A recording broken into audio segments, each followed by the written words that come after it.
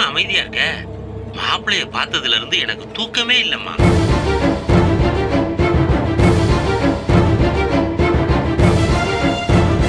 என்னம்மா ஒண்ணும் பேச மாட்டேங்கிற? மாப்பிள்ளை பழையபடியும் எதுவும் ஆரம்பிச்சிட்டாரா?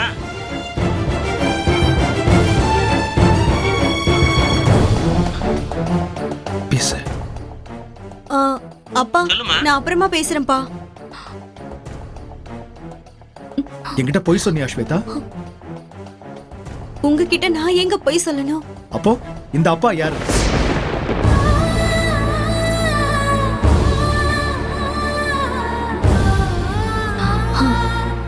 அவர் யாரு என்னன்னு உங்களால கண்டுபிடிக்க முடியலையா ராஜ்? இல்ல. பழைய பக்கத்து வீட்டுக்காரர் அன்னைக்கு வந்தாருல்ல, உங்களுக்கு ஞாபகம் இருக்கா? அவர் நம்பரை அப்பா நீ எதுக்கு சேவ் பண்ணி வச்சிருக்க? அது அவர் அன்னைக்கு என்ன மக மாதிரின்னு சொன்னாருல்ல, அத மறந்துட்டீங்களா? சொன்னாரு. ஆனா நான் அவரை அப்பான்னு தான் கூப்பிடுவேன். அதனாலதான் செல்போன்லயும் அவரை அப்பான்னு ஃபீட் பண்ணிருக்கேன்.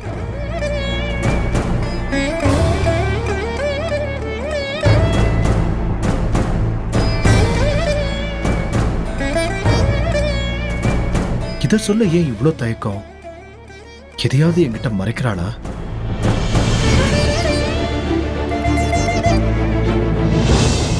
சொல்லுங்க. பிரச்சனை எதுவும் வராதுல்ல? சரி, நான் சொன்ன மாதிரி செஞ்சிட்டீங்களா?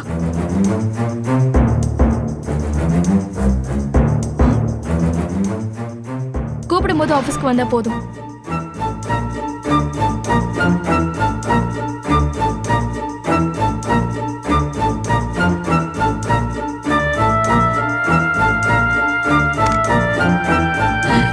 Excuse me madam. வாங்க. என்ன அறிவு சார், பணத்தை கொடுத்துட்டு அவர்கிட்ட இருந்து எனக்கு ஃபோன் பண்ண சொன்னனே. அது வந்து மேடம், இது அக்கவுண்ட்ல கொண்டு வர முடியாத அமௌண்ட். அந்த ஆள் கிட்ட எழுதியும் வாங்க முடியாது. அதுக்கு தான் அவர் அந்த பணத்தை வாங்கிட்டேன்னு சொன்னா நான் செல்போன்ல ரெக்கார்ட் பண்ணி வச்சுக்குவேன். அது வந்து ஒரு தப்பு நடந்து போச்சு மேடம். என்ன என்ன தப்பு? பணம் திருடு போச்சு மேடம்.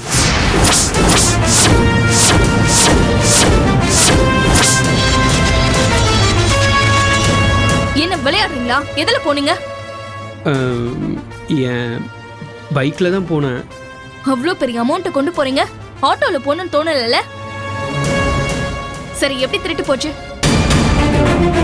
சிக்னல்ல நின்னப்போ என் பைக் கிட்ட ஒரு 10 ரூபா கீழே கிடந்துச்சு.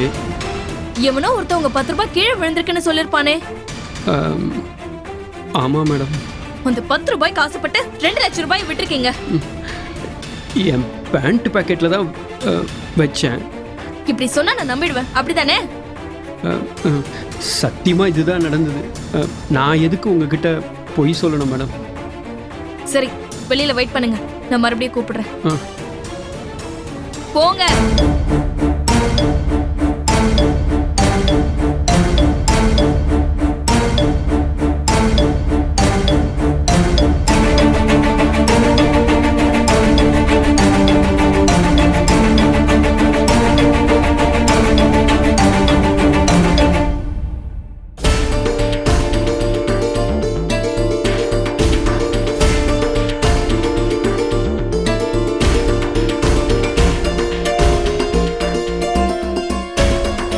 என்னண்ணா இங்க என்ன பண்ற?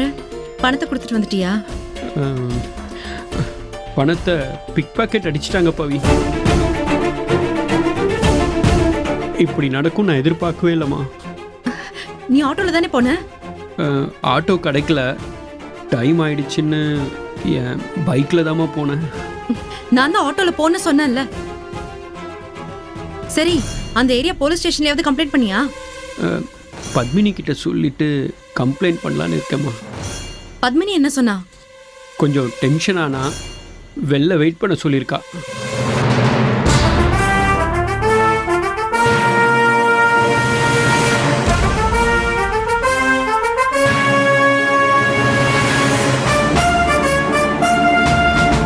என்ன போய் போலீஸ்லாம் வருது?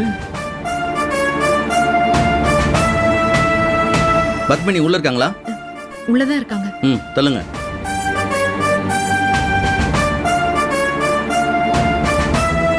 என்ன பவி, இன்ஸ்பெக்டர்லாம் வந்திருக்காரு? போலீஸ்க்கு ஃபோன் பண்ணிருப்பா, விசாரிக்க வந்திருக்காங்க. பவி, பணம் தொலைஞ்சு போனது சத்தியம். மேடம், என்ன விஷயம்? எதுக்காக வர சொன்னீங்க?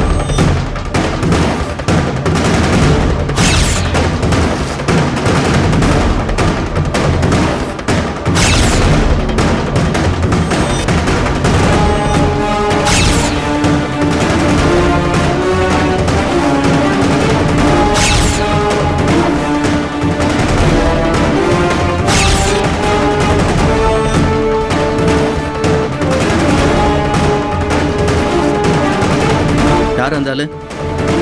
வாங்க காட்டுறேன். வாங்க.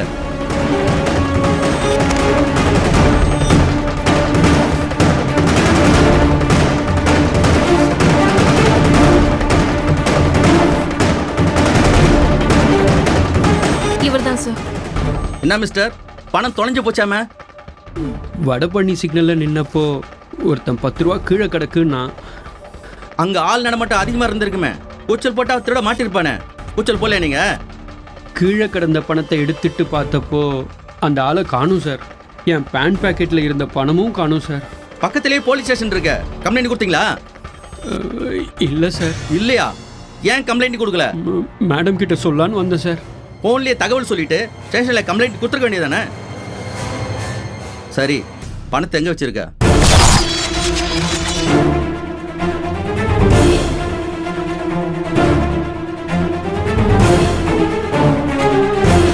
சார், திருடு போனதா சொன்னீங்க, அந்த பணத்தை எங்க வச்சிருக்க?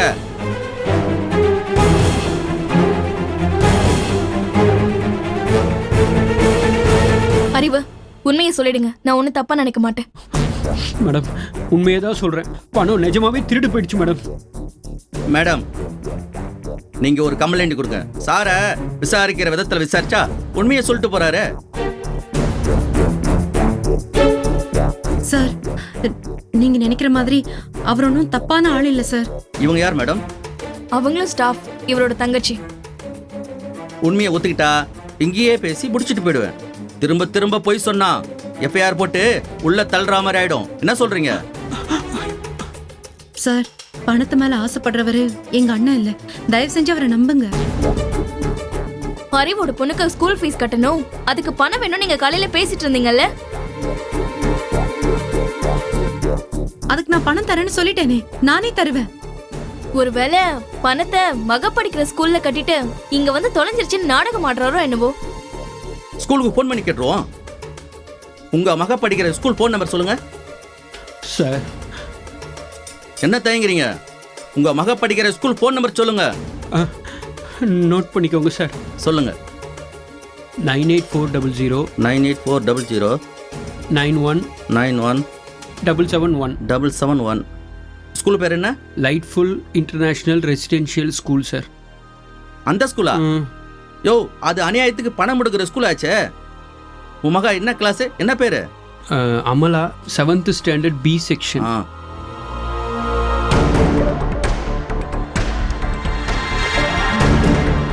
சார், போனை ஸ்பீக்கர்ல போடுங்க சார். Okay madam.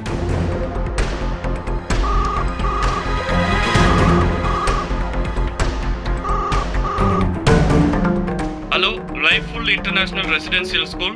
சார் வணக்கம். நான் போலீஸ் இன்ஸ்பெக்டர் சண்முகம் பேசுறேன். எஸ் சார், சொல்லுங்க சார். சார், ஒரு சின்ன என்கொயரி. சொல்லுங்க சார். 7th ஸ்டாண்டர்ட் பி செக்ஷன்ல படிக்கிற அமலாங்கிற பொண்ணுக்கு பீஸ் கட்டியாச்சான்னு கேட்கணும். ஒரு நிமிஷம் சார், லைன்ல இருங்க, பார்த்து சொல்றேன். ஓகே.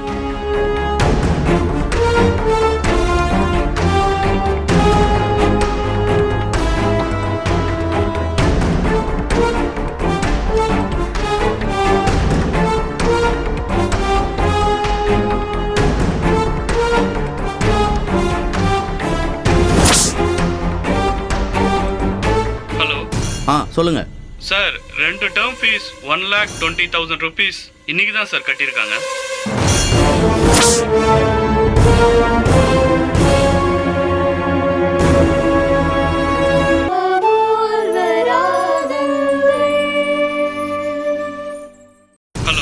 சொல்லுங்க.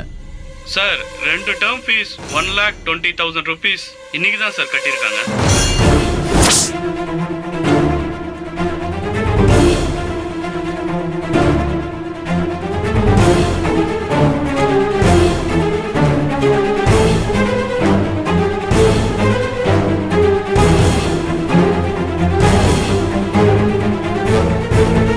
Thank you very much, sir. Thank you.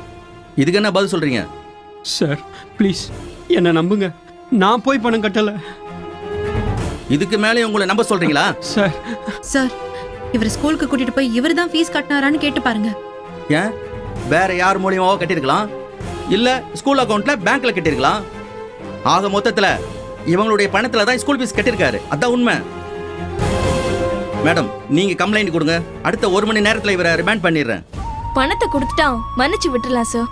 திருடாத பணத்தை எப்படி கொடுப்பேன்? 2 லட்சம் ரூபாய்க்கு நான் எங்க போவேன்? பத்மினி அவரை விட சொல்லு, நான் உனக்கு பணத்தை கொடுத்துட்றேன். எப்படி இருந்தாலும் சட்டப்படி நடவடிக்கை நான் எடுத்தே தீருவேன். ஏய் வாயா. சார் சார் பத்மினி இது கடவுளுக்கு அடுக்காது.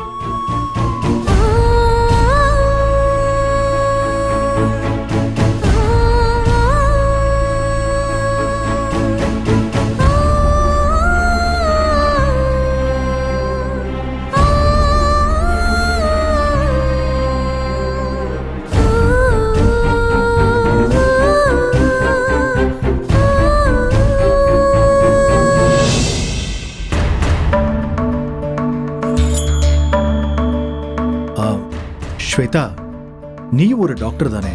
என்னோட ஹெல்த் கண்டிஷன் பத்தி உனக்கு தெரியும்ல, அப்புறம் எதுக்கு டாக்டர் வர சொல்லிருக்க? என்ன ராஜ் இப்படி கேக்குறீங்க? நரம்பு சம்பந்தப்பட்ட பிரச்சனைக்கெல்லாம் ஸ்பெஷலிஸ்ட் மூலமா தானே செக் பண்ண முடியும். அப்பதான் பர்ஃபெக்ட்டா ரிசல்ட் தெரியும். எனக்கு இந்த ஹாஸ்பிட்டல் டாக்டர்னாலே பயமா இருக்கு. ஏன் ஹாஸ்பிட்டலை பார்த்தா யமலோகம் மாதிரி தெரியுதா? அப்படி இல்ல, மனசுக்குள்ள ஹாஸ்பிட்டல்னாலே என்ன அறியாம ஒரு பயம் வருது ஸ்வேதா. ஆமா, நம்ம இன்னும் எவ்வளவு நேரம் இப்படி வெயிட் பண்ணிட்டு இருக்கணும்? ஸ்கேன் ரிப்போர்ட் வாங்கிட்டு டாக்டர் வந்துருவாரு. கொஞ்சம் வெயிட் பண்ணுங்க ராஜ். ஹெல்த் இம்ப்ரூவ்மெண்ட் எப்படி இருக்குன்னு அப்பப்ப தெரிஞ்சுக்கிறது நல்லது தானே ராஜ்? டாக்டர் வழக்கம் போல எல்லா வேலையும் பார்க்கலான்னு சொல்லிட்டா நானும் மெடிக்கல் பிராக்டிஸ் பண்ணட்டுமா ஸ்வேதா? ப்ளீஸ் ராஜ், டாக்டர் தொழில பத்தின எதுவுமே உங்க மைண்ட்ல இல்லாதப்போ நீங்க எப்படி பிராக்டிஸ் பண்ண முடியும்? இல்ல, ஒர்க் பண்ண பண்ண அதுவும் ரெக்டிஃபை ஆயிடும்ல ஸ்வேதா. ட்ரை பண்ணி பார்க்கலாம், பட் உடனே இல்ல. Okay? Hi Shweta. Hi sir. Hello doctor. Hello.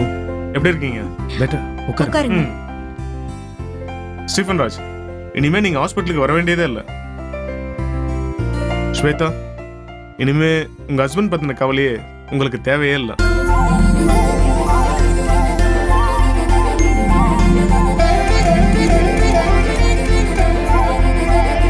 நீங்க எப்போ டியூட்டில ஜாயின் பண்ண போறீங்க? டாக்டர், இவரோட ஹெல்த் கண்டிஷன் தெரியாம எப்படி டாக்டர் வர முடியும்? ஸ்வேதா, இனிமே நீங்க அவரை தனியா வீட்டில் விட்டு வரலாமே. அவருக்கு போர் அடிச்சா அங்கே எங்கன்னு போயிட்டு கூட வரலாம். டாக்டர், நானும் ஒரு டாக்டருங்கிறதுனால மெடிக்கல் பிராக்டிஸ் பண்ணலாமா? நோ, அதை பத்தியெல்லாம் இப்ப யோசிக்கவே கூடாது. அப்போ நான் இன்னும் நார்மல் ஆகலைன்னு தானே அர்த்தம்? ஸ்டீஃபன் ராஜ், நீங்க இப்ப இருக்கிற நிலைமையில நீங்க படிச்ச டாக்டர் படிப்பு உங்க மனசுல சுத்தமா இருக்காது. அப்போ என்னோட எம்பிபிஎஸ் சர்டிபிகேட் வேஸ்டா?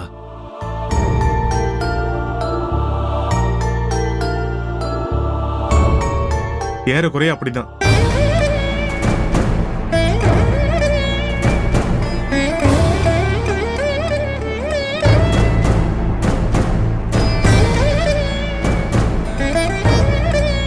அதுக்கும் ட்ரீட்மெண்ட் எடுத்துக்கலாம் ராஜ். என்னால வீட்ல சும்மா இருக்க முடியாது டாக்டர். அதுக்கு ஏதாவது பிசினஸ் பண்ணலாமே ஸ்டீஃபன் ராஜ். ஸ்டீஃபன் ராஜ், நீங்க கொஞ்சம் வெயிட் பண்ணுங்க. நான் ஸ்வேதா கூட கொஞ்சம் பேசிட்டு வரேன். ஓ ஷூர் டாக்டர். தேங்க்யூ. வாங்க ஓகே ஸ்வேதா. டாக்டர், இதோ வரேன்.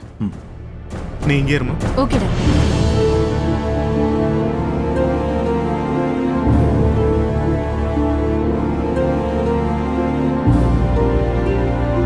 என்ன டாக்டர், அவருக்கு தெரியாம சொல்ற அளவுக்கு என்ன விஷயம்? ஸ்வேதா, இப்போ வரைக்கும் ஸ்டீஃபன் ராஜ் ரொம்ப சாஃப்ட் நேச்சரா இருக்கிறதே உங்களோட அதிர்ஷ்டம் தான். ஒரு 10% குணப்படுத்த முடியாத பிரச்சனை ஸ்டீஃபன் ராஜ் கிட்ட இருக்கு. டாக்டர் என்ன சொல்றீங்க? 90% அவரு குணமடைஞ்சிட்டாரு. ஆனா எந்த பிரச்சனையா இருந்தாலும் ஃபேஸ் பண்றதுக்கு நான் தயாரா இருக்கேன் டாக்டர். ஓப்பனா சொல்லுங்க ப்ளீஸ். ஸ்வேதா, ஸ்டீஃபன் ராஜை குணப்படுத்தவே முடியாத அந்த 10% தான் அவரோட பழைய நினைவுல கொண்டு வரும். அந்த டயத்துல பழைய மாதிரி மோசமான மனுஷனா நடந்துப்பாரு, உங்க நிம்மதியையும் கெடுப்பாரு. ஆனா ஒரு சின்ன ஆறுதல் என்னன்னா, அவருக்கு வர்ற அந்த பழைய நினைவுகள் அதிகபட்சமா அரை மணி நேரம் வரைக்கும் இருக்கும். குறைஞ்சபட்சம் 2 நிமிஷம் வரைக்கும் இருக்கும். டாக்டர், அந்த டைம்ல நான் என்ன பண்ணணும்? அவரை ரூம்குள்ள வச்சு லாக் பண்ணி வைக்கிறது தான் பெட்டர். அவர் உங்களை ஸ்வேதான்னு கூப்பிட்டா நார்மலுக்கு வந்துட்டாருன்னு அர்த்தம். டாக்டர், இது எத்தனை நாளைக்கு அப்படியே கண்டினியூ ஆகும்? சொல்ல முடியாது ஸ்வேதா, பட் என்னைக்காவது அவருக்கு பழைய நினைவுகள் முழுசா வரதுக்கு வாய்ப்பு இருக்கு.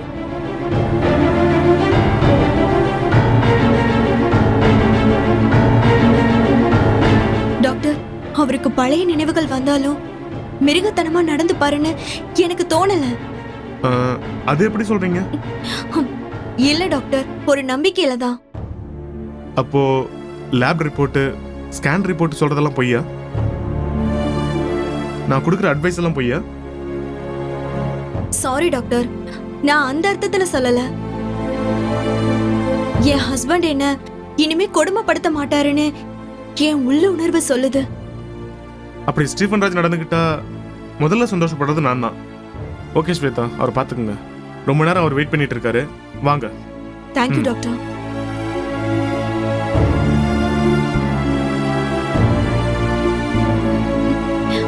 எங்க அவரை காணோம்?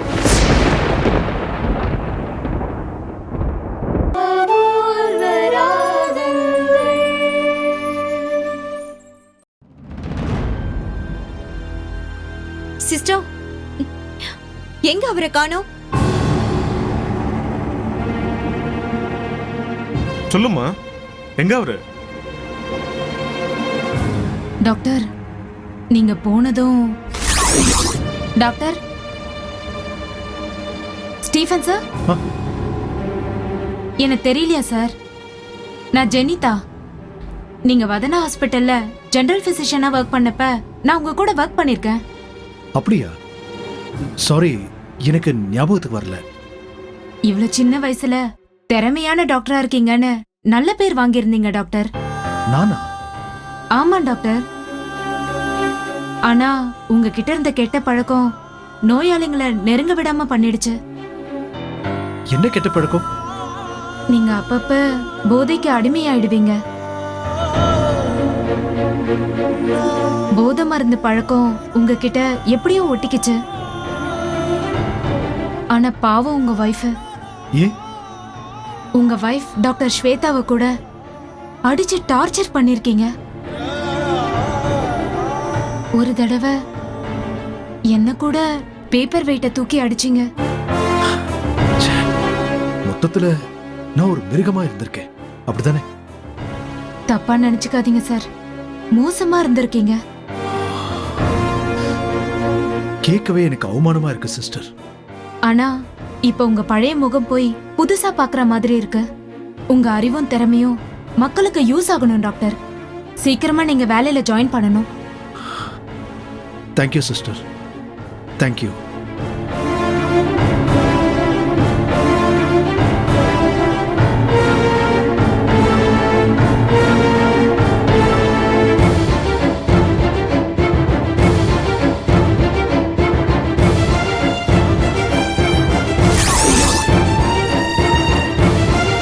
டாக்டர், அவர்கிட்ட கொஞ்சம் பழைய கதையெல்லாம் பேசிட்டு இருந்தேன். அவர் உடனே இப்படி போயிட்டாரு. உங்களை யாருங்க அவர்கிட்ட பழைய கதைலாம் சொல்ல சொன்னது? அவருக்கு அதெல்லாம் ஞாபகப்படுத்த கூடாதுன்னு சொல்லியிருக்கல. சாரி ஸ்வேதா. வாங்க.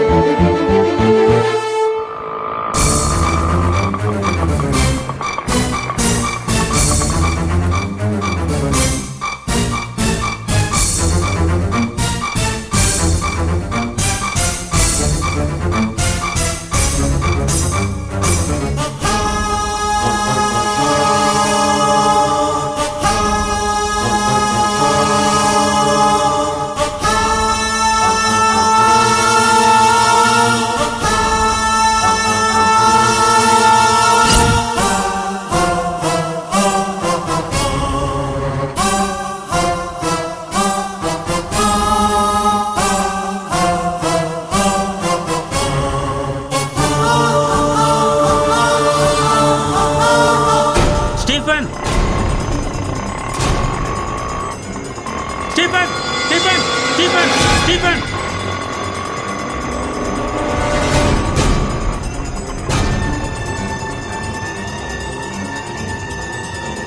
என்னது? ஒயின் ஷாப்ல சரக்கு வேற வாங்கிட்டு போறான். ஓ, பழைய குடிகார ஸ்டீஃபனா மாறிட்டானோ? ஸ்வேதா வீட்ல இல்லாத நேரத்துல கிளம்பி வந்துட்டு இருப்பானோ? ஸ்வேதா கிட்ட சொல்லி அவளை எச்சரிக்கையா இருக்க சொல்லணும்.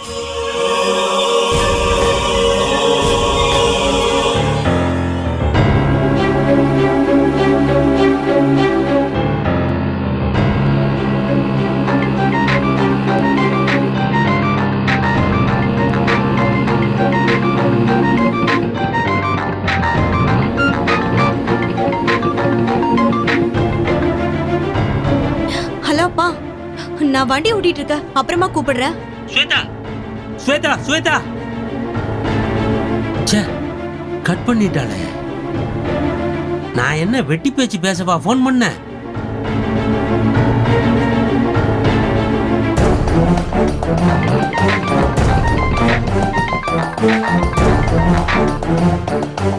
என்னப்பா? ஸ்டீஃபனை பார்த்தம்மா. அப்பா, எங்க பாத்தீங்க? அத சொல்றதுக்கு தான் நான் உனக்கு ஃபோன் பண்ணேன். அதுக்குள்ள நீ கட் பண்ணிட்ட. சாரிப்பா, இப்ப அதுவா முக்கியம். ஸ்டீஃபன் எங்க பாத்தீங்க? ஒயின் ஷாப்ல பார்த்தம்மா. நான்